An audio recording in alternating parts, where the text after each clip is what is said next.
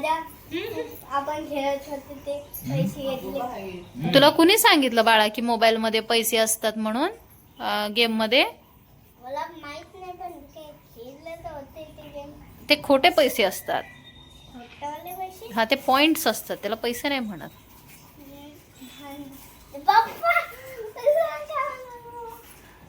तुझे पैसे असतात नाही. तर आता माझी की नाही नवरात्रीची आणि दिवाळीची साफसफाई सुरू झाली आहे. कारण आता मी कामाला जाते, मग मला काही वेळ भेटणार नाही किंवा मला काही नवरात्रीच्या किंवा दिवाळीच्या सुट्ट्या नसणार. त्यामुळं मी आता की नाही संडे म्हणजे प्रत्येक रविवार असं एक साफ करायला सुरुवात केली. आता ही खिडकी साफ करून घ्यावं म्हटलं. खूप दिवस झाले जशी कामाला जाते तशी ही खिडकी मला काही साफ करायला वेळ मिळाला नाही.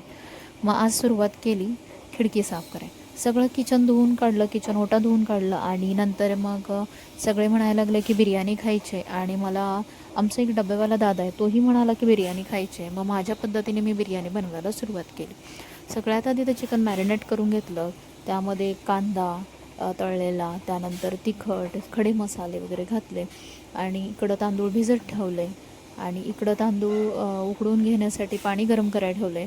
याच्यामध्ये पुदिना, मीठ, लिंबू, खडे मसाले आणि थोडंसं नाही तूप टाकलं.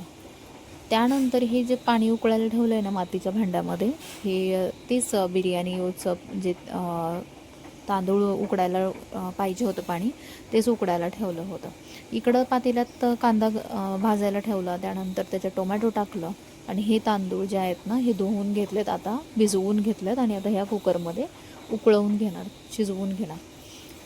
हे जे मॅरिनेट केलेलं चिकन आहे याच्यामध्ये पुदिना टाकायचा राहिला होता, तो देखील टाकला मी. त्यानंतर दही टाकलेलं आहे. आता वरून बिर्याणी मसाला, चिकन मसाला घालते, केवडा इसेन्स घातलं आणि चांगलं अर्धा तास मॅरिनेट करून घेतलं. आणि जो कांदा आणि टोमॅटो भाजलं आहे ना त्याच्यामध्ये हे टाकलं आणि चांगलं शिजवून घेतलं. आता पूर्ण व्हिडिओ शूट करायला मला काही वेळ भेटला नाही. मग मी मिनी व्लॉगमध्ये याची पूर्ण रेसिपी अपलोड केली आहे, तर तुम्ही तिथं जाऊन बघू शकता.